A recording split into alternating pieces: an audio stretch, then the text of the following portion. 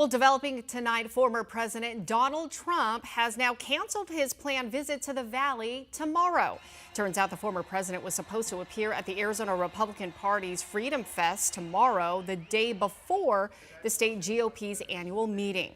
Trump canceled his appearance early this afternoon, and shortly after, the Arizona GOP canceled the entire Freedom Fest event. A Republican Party spokesperson says ticket holders will be refunded. This week, 12 News telling you about a new project to widen I-10, making the commute between Phoenix and Tucson safer.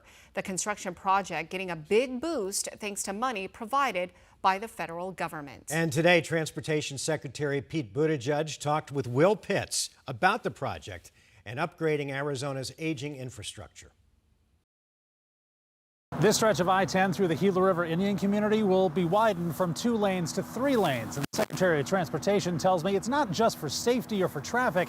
It's because this road and a lot of our infrastructure is really old. We're talking about 65,000 vehicles a day and growing.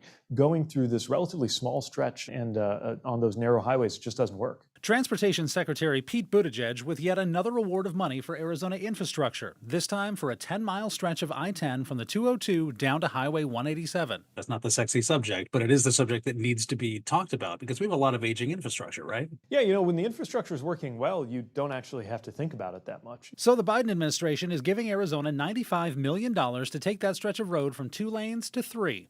They'll also replace the low overpasses and bridges, replace the Highway 187 interchange, and lay down fiber optic conduit. We've been wanting this for a long time because we need to meet the critical growing demands of the state. ADOT says construction on the bridges could start as soon as this spring. You've got a lot of growth happening in this region. You need the infrastructure to support it. I-10 was first built in the 1950s. It's been widened in places, repaved, of course, but the freeway system as a whole is going on 80 years old. Electrical grids, irrigation, it's all old. A key piece of the Biden administration was the bipartisan infrastructure law, meant to update and replace some of it. We as a country have not invested the way we needed to, really for the last 40 or 50 years.